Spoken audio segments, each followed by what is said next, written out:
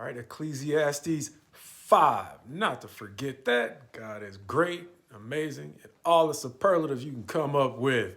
But Ecclesiastes 5 seems to go back to that three-section structure where this time it seems to have a little bit of variance between the sections, at least a little bit more variance than I was used to, as it will start in the first section, which runs about the first 7 verses, going back to a familiar theme, the tongue. But this first section actually breaks down even further to what I saw as 2 subsections running.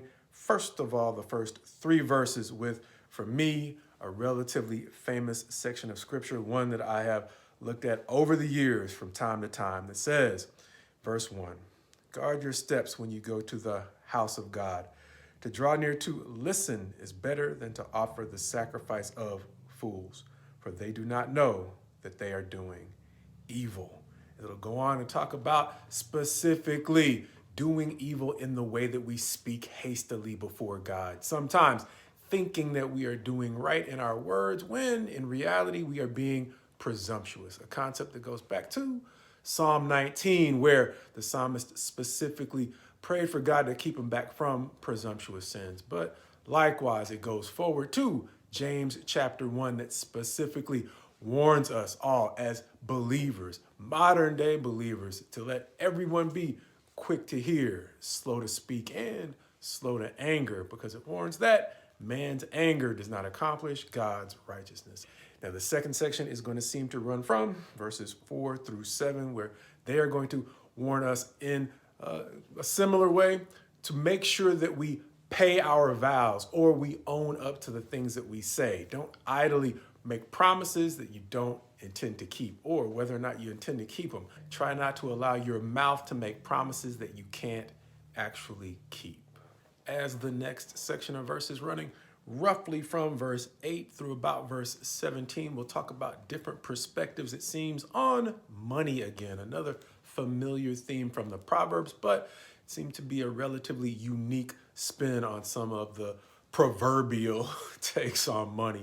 As this one's going to start out talking about in verses 8 and 9, don't be discouraged if you see those who have a position of authority, whether it is by wealth or some other means through which they've gotten authority, because it's going to remind us that every person in authority has a higher authority figure that they have to look up to. And even beneath God, there are often other authority structures that those who are intoxicated with their power sometimes forget actually still hold them accountable as well. Going on, he's going to say in verses 10 through 12 that the one who loves money sometimes falls into a vicious trap, which reminds me of a quote that I heard. I'm not sure whether it's true, but Google gave this version of the story about an interaction that a reporter had with John D. Rockefeller. And it reads, in the early 1900s, John D. Rockefeller was the richest man in the world. He was once famously asked by a reporter, how much money is enough money? Rockefeller replied, just a little bit more. The richest man in the world, not satisfied, still in pursuit of more.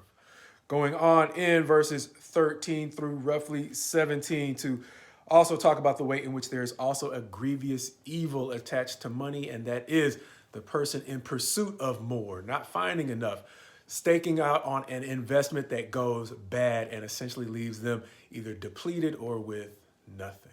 Also contrasting that with verse 17, which reminds us that even in the presence of enough money, it can come with enough vexation and sickness and anxiety that we can't actually enjoy it. As the chapter goes on to close with what has now become a recurring theme, that which the preacher has found to be good in life, where verse 18 will say, behold, what I have seen to be good and fitting is to eat and drink and find enjoyment in all the toil with which one toils under the sun, with the few days of his life that God has given him.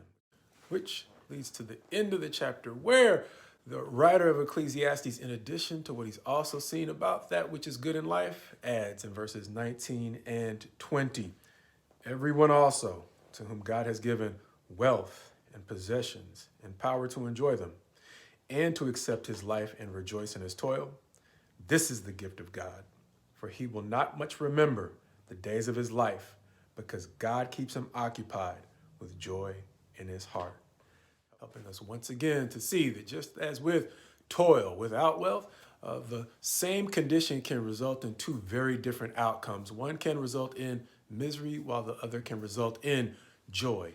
Insofar as God is the one establishing and protecting the peace of their environment, which quite possibly reminds me of why we sometimes say, my prayer for you is my prayer for me.